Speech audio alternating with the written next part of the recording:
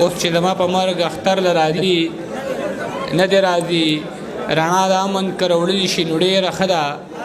دا ورته ووایې که شر له راځي نه دی راځي اوس چې د مشر انتخاب کېږي په کلو ګرځي اوس که زمونږ مات شوی ور له راځي نه دی راځي اوس چې د مشر انتخاب کېږي په کلو ګرځي اوس که زمونږ مات شوی ور له راځي نه دی راځي اوس هغه ځای کې د چینار په ځای کې کر ولاړ دی که څوک ګودر ته مازدیګر له راځي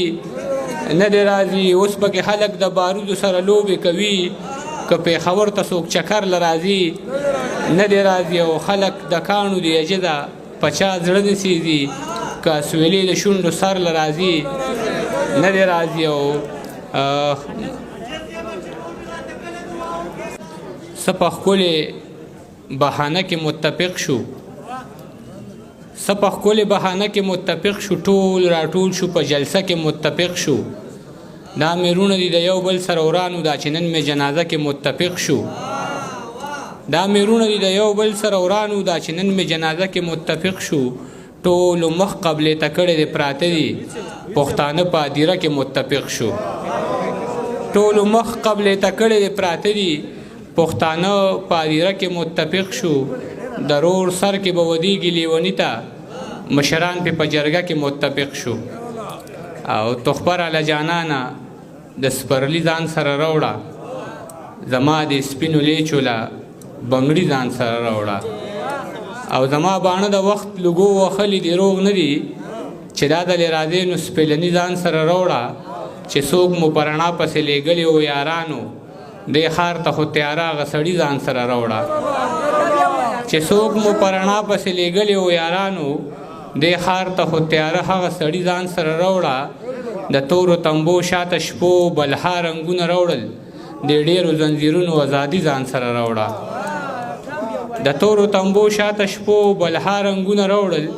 د ډېرو زنځیرونو ازادي ځان سره راوړه د خلکو وسې ایښي و لاسونه په غوږونو زما د چغو څومره خاموشي ځان سره راوړه د خلکو وسې ایښي و لاسونه په غوږونو زما د چغو څومره خاموشي ځان سره راوړه د ښار اوبه پیکه دي چې راځې نو خپله جزله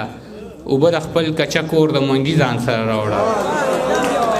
د ښار اوبه پیکه دي چې راځې نو خپله جزله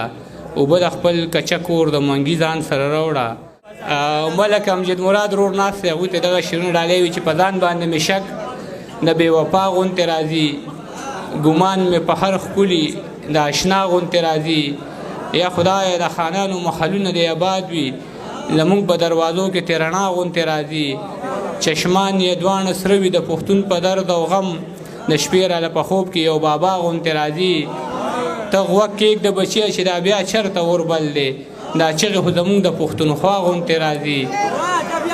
ته غوږ کېږده بچیه چې دا بیا چېرته وربل دی دا چغې خو زمونږ د پښتونخوا غوندې راځي عاجز یم خو چې مور مې راته کله دعا وکړي په ځان باندې مې شک بیا د باچا غوندې راځي